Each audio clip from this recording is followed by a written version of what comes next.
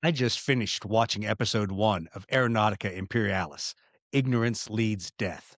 Now, that show is Games Workshop's vision of aerial combat in the 41st millennium. And I'm here to give you the 5 things that I hated about episode 1.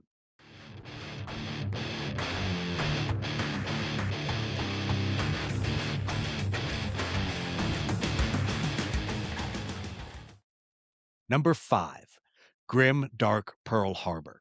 I mean, does anyone know to not park all their airplanes next to each other? This should be like rule 1 after flight school, how not to hit the ground. They literally put an entire squadron of airplanes on top of a Gothic landing pad in the open in the middle of a war zone where they have already had airplanes shot down en route to land at that landing pad.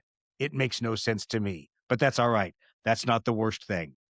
Number 4, missiles. Where are they? Does nobody have missiles in the 41st millennium? They're in the game Aeronautica Imperialis. Why aren't they anywhere in the movie? Even the newly arriving aircraft don't have missiles. This makes no sense. They have plenty of room for cannon rounds, but no room for missiles. Number 3, vertical takeoff thunderbolts. I hate vertical takeoff thunderbolts, but I also love them. So you'll hear about them in the other video, the companion to this one that you didn't click on, things I loved about Aeronautica Imperialis. But let me come back to those vertical takeoff thunderbolts. Apparently they have no downdraft. Apparently it doesn't burn any extra fuel. Apparently it's the most brilliant way to have a Harrier-like airplane in the 41st millennium, and it's British, and it's dumb. So get rid of it. Moving on. Number 2, everybody apparently takes it to the face in this movie. The characters you see all have scarred faces, yet in the airplane, they're wearing masks, they're wearing helmets with visors, yet somehow have they made it all the way through their career with their faces looking like they went through a rototiller. I don't know. Doesn't make a whole lot of sense to me. Maybe if they were ground troops, I'd buy it, but these are aviators of the Aeronautica Imperialis. And number 1, the thing I hated the most, should be no surprise to any of you who know me, the flying. The flying. What we would call welded wing formations. People flying into combat and engaging the enemy within one wingtip's distance of another airplane. It just doesn't happen that way. It didn't happen that way in World War II, and it just doesn't make for a good, believable movie.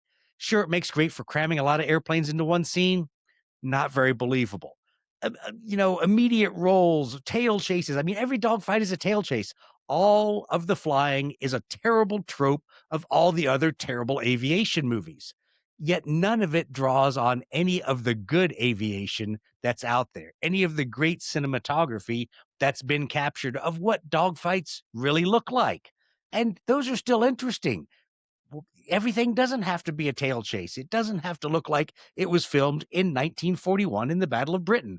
Yet that is how our British counterparts think, unfortunately. So anyway, I will leave you with this. Even though these were the 5 things I hated the most, what is the bottom line about Aeronautica Imperialis, the streaming show on Warhammer Plus? I think it's good news. There's Aeronautica Imperialis being brought to life on Warhammer TV. Is there another game around the corner? Are we going to see a re-release?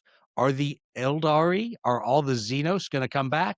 And are there going to be more aircraft added into a future version of Aeronautica Imperialis? When we find out, we'll let you know. But until then, if you're not flying hard, you're hardly flying.